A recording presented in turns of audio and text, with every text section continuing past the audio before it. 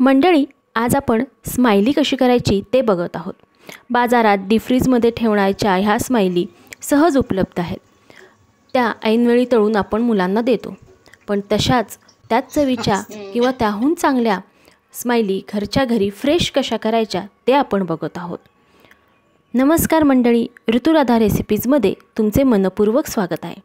चला रेसिपीला सुरुवात करूया। इथं मी प्रथम बटाटे उकडून घेतलेले आहेत।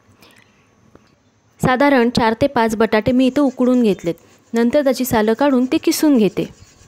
किसून घेतल्याने मिश्रण चांगले एकजीव होते आणि नंतर स्माइली करताना आपल्याला सोपे जाते, नाहीतर त्याच्या गाठी गाठी राहिल्या की खायला सुद्धा चांगले लागत नाही। आता याच्यामध्ये आपण चवीनुसार मीठ घालूया। आता इथं मी 1 चमचा चिली फ्लेक्स घालते, तुम्ही तुमच्या आवडीनुसार त्याचे प्रमाण कमी जास्त करू शकता।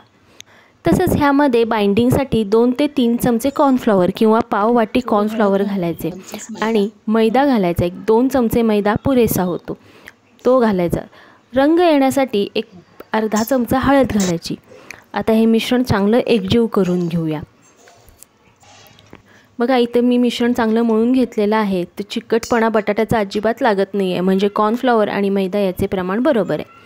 आता ती मी एका भांड्यात करते आणि हे 15 ते 20 मिनिटं फ्रीजमध्ये ठेवते। फ्रीजमध्ये ठेवल्यामुळे हे मिश्रण घट्ट होते आणि नंतर त्याच्या स्माइली करायला सोप्या जातात। 15 ते 20 मिनिटं झाले आहेत, तुम्ही बघू शकता आपले मिश्रण घट्ट झालेत। आता आपल्याला ह्याला स्माइलीचा आकार द्यायचा आहे। त्यासाठी मी काय केले, छोटासा गोळा घेतला, जरा पिठामध्ये बुडवून घेतला आणि त्याला गोल आकार पहिला देऊन घेतलेला आहे। प्रथम हाताने जरासा गोल आकार दिला, नंतर अगदी हलक्या हाताने दाबून तो आकार वाढवला।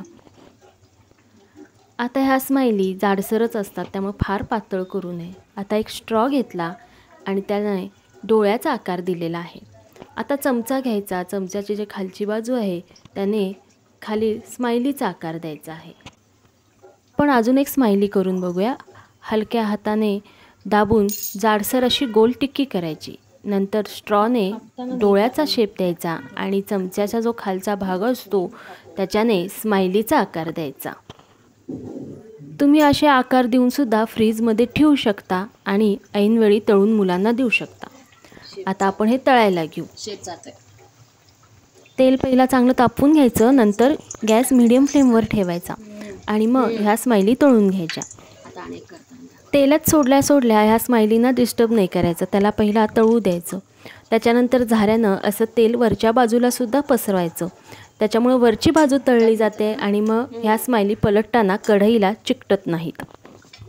आता इथे तळताना बटाटा जरासा पसरून स्माइलीचा आकार बदलू शकतो, पण बाजारात मिळणाऱ्या स्माइलीपेक्षा हे नक्कीच चांगलं, कारण आपल्याला माहिती आहे आपण बटाटा चांगला वापरला आहे, त्यात कॉर्नफ्लॉवर मैदा आहे तो व्यवस्थित वापरलेला आहे, म्हणजे एकंदरीत सगळं साहित्य फ्रेश वापरलेलं आहे आणि फ्रेश केलेलं आहे। त्यामुळे मुलांसाठी ह्या स्माइली चांगल्याच आहेत। चांगला लाल रंग येईपर्यंत आपल्याला ह्या स्माइली तळून घ्यायच्या आहेत। गॅस मीडियम फ्लेमवरच ठेवावा, म्हणजे चांगलं आतपर्यंत ह्या स्माइली तळल्या जातात। बघा, आपल्या स्माइली तळून झालेल्या आहेत। अशाच आपण इतरही स्माइली तळून घेऊ। यामध्ये आपण चिली फ्लेक्स घातलेत, त्यामुळे ह्या अशा सुद्धा छान लागतात खायला, किंवा गरम गरम टोमॅटो सॉस बरोबर तुम्ही ह्या सर्व करा।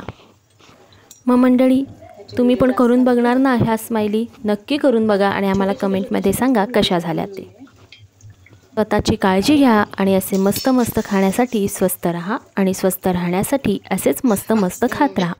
त्यासाठी आमचे चॅनल सबस्क्राईब करा, कारण अशा मस्त सोप्या पटकन होणाऱ्या रेसिपी तसेच पारंपरिक रेसिपी आम्ही आमच्या चॅनलवर नेहमीच दाखवत असतो। ही रेसिपी शेवटपर्यंत बघितल्याबद्दल धन्यवाद।